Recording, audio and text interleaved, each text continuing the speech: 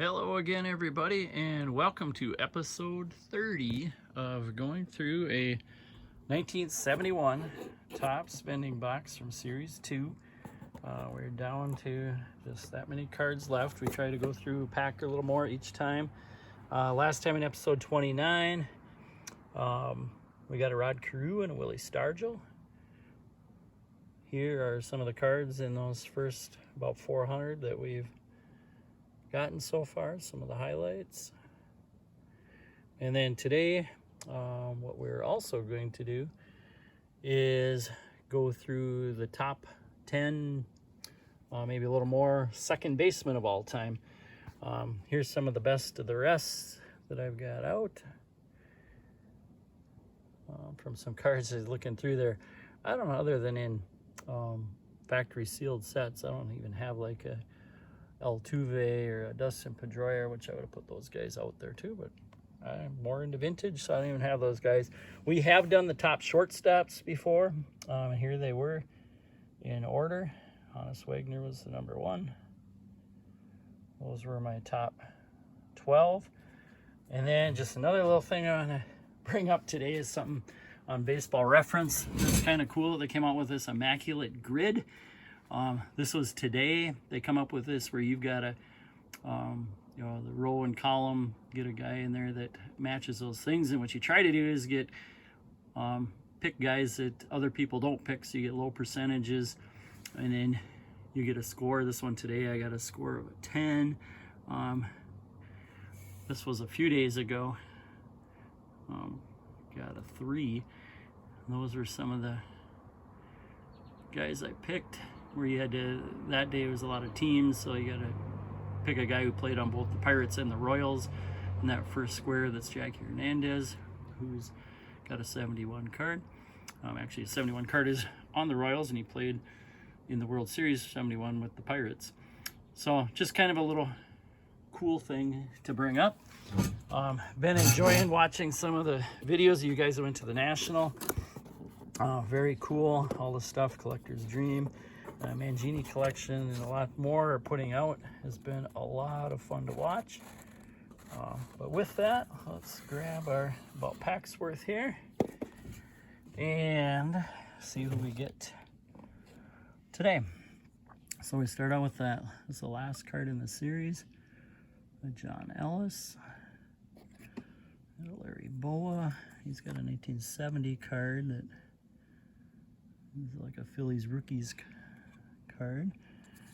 We've got a Padres rookie card and another Mike Cuellar. We've gotten some really nice Mike Cuellars, and as another listener pointed out, he seems to be followed up often by this guy, Nicky Lolich. So a couple good 20-game winning lefties back to back there. It's a nice Lolich card. Maybe a hair off center, but otherwise real nice. Ron Santo.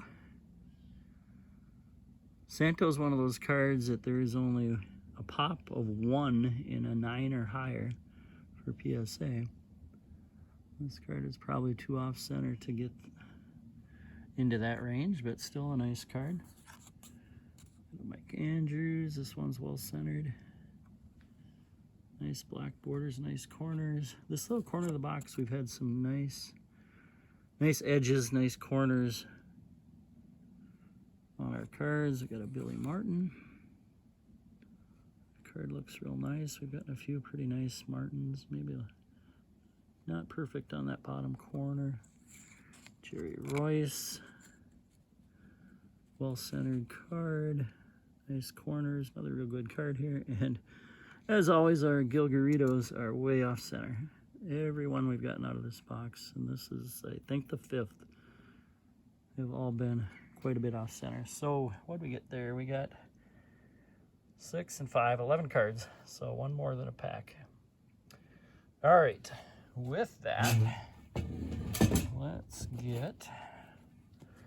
put this box over here, and we're gonna get to, so we show all those and what we got today. We're gonna get to our top second base. So we're basically going through the top 10 of all time. Give me a little cheat sheet out here.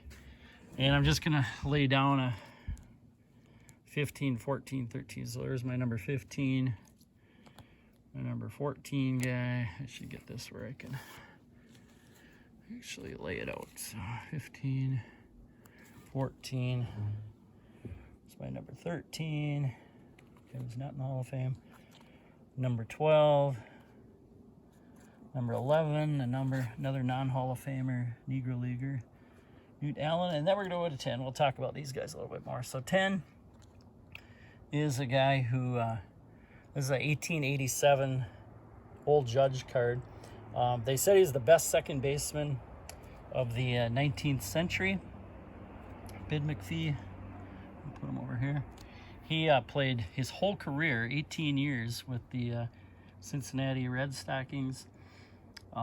Retired in 1899 with 189 triples, 1,684 runs, 583 steals. They didn't get him in the Hall of Fame until 2000, which I've been a long-time Hall of Fame collector, and that meant in the year 2000 I had to get another Old Judge card that cost quite a bit of money, and I think I spent about $4,000 for this card way back then to get another Hall of Famer. And that's a card that you can see it's got a nice big rip. It had a SGC grade of 1 before I took it out of the holder way back then. I did that just because I did that with all my cards to take them out of the holder. Here's my number 9, Sweet Lou Whitaker. I've got the 78 rookie, but I just want a card that showed him alone. He is a non-Hall of Famer, so my only non-Hall of Famer on this top 10 list. He has 75 career WAR, and there's only 2 other guys, non-steroid guys, with more WAR than that. One is Bill Dalen, a turn-of-the-century shortstop, and then Curt Schilling, Phillies pitcher. So Whitaker played 19 years, all with the Detroit Tigers. Double play combination the whole time was Alan Trammell, who did get in the Hall of Fame.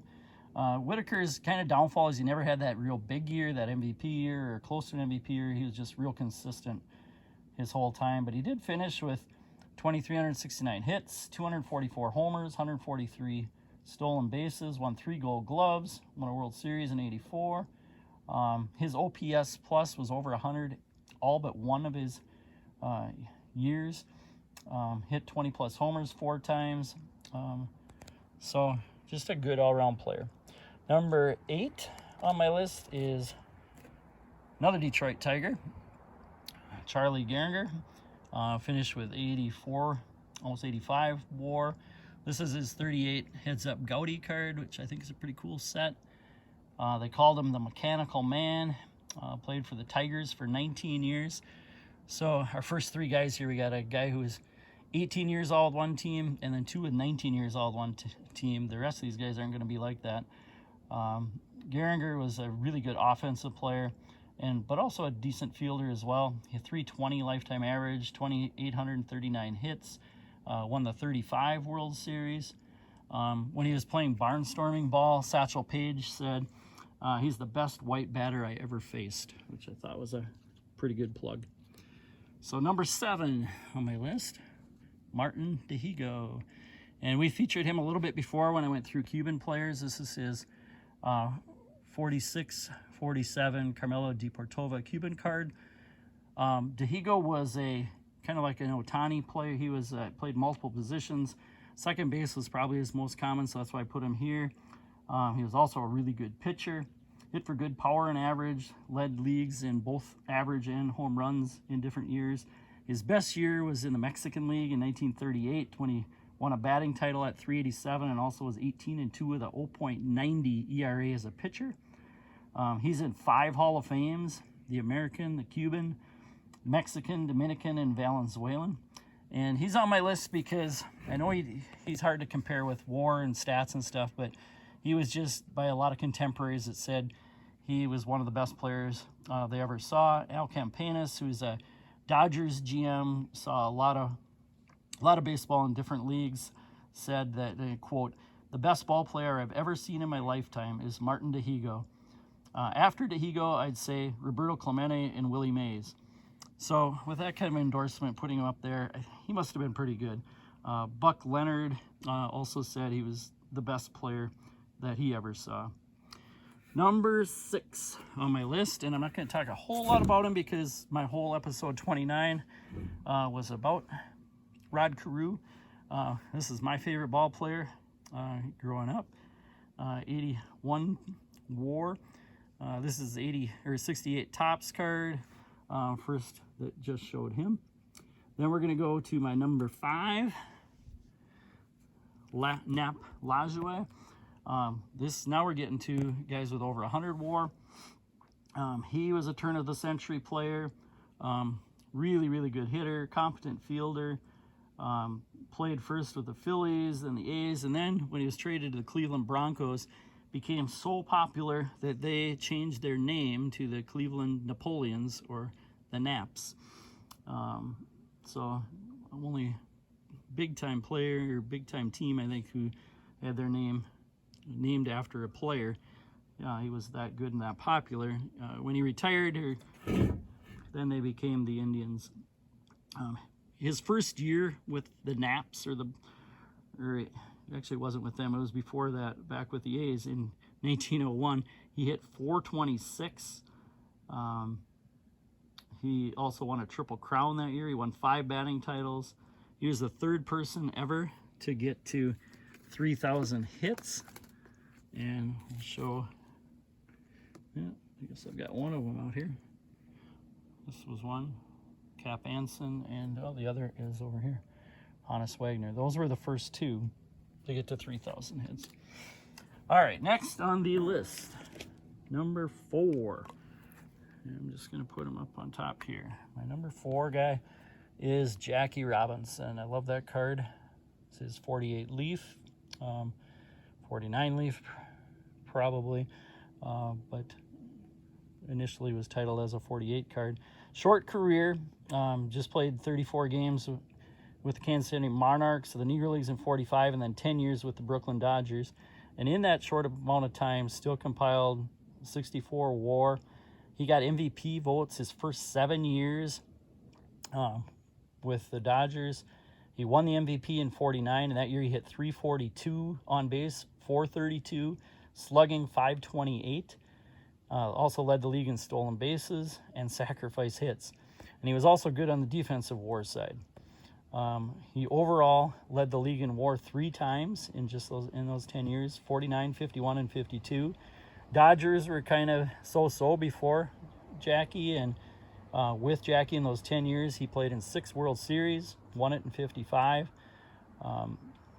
He's not only the first African-American major leaguer, they consider the Negro Leagues major leagues now too, but outside of the Negro Leagues since the 1880s.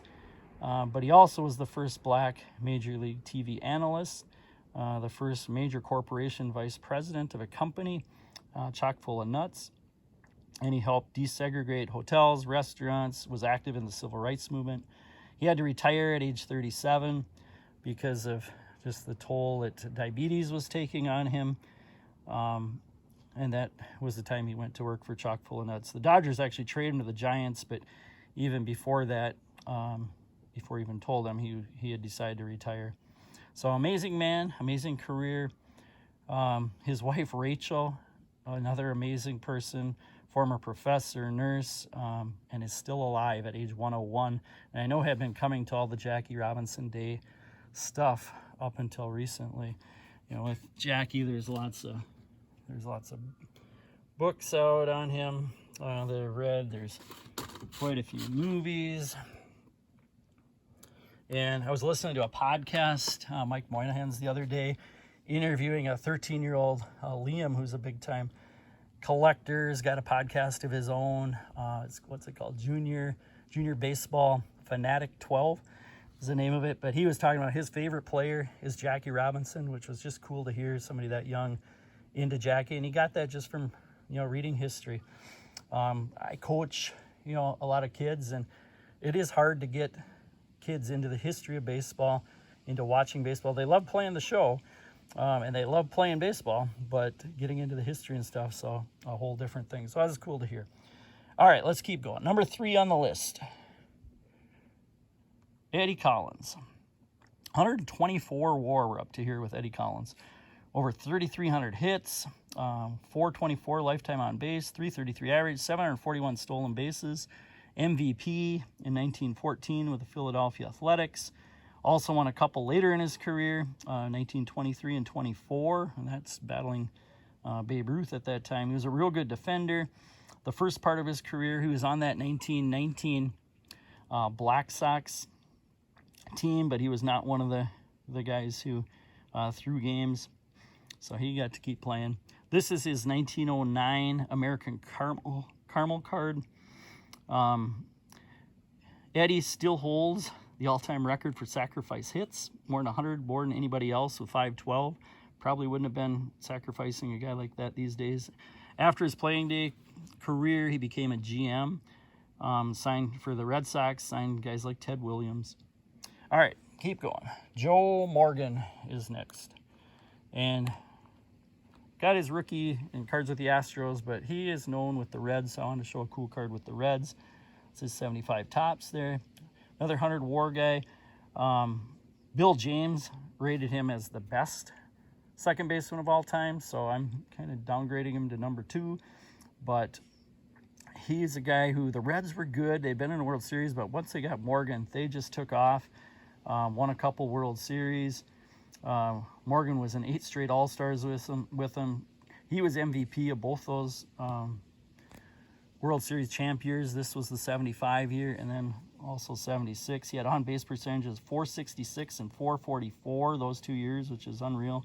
Won 5 Gold Gloves. So why didn't I pick him number 1? Well, Joe Morgan himself didn't pick him number 1, and he, as a TV analyst, wasn't too much into analytics.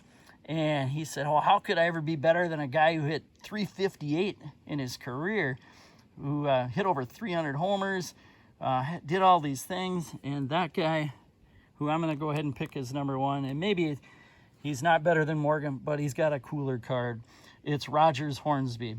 And this is his 1921 National Caramel card, which I just love. Cool card. Cool back.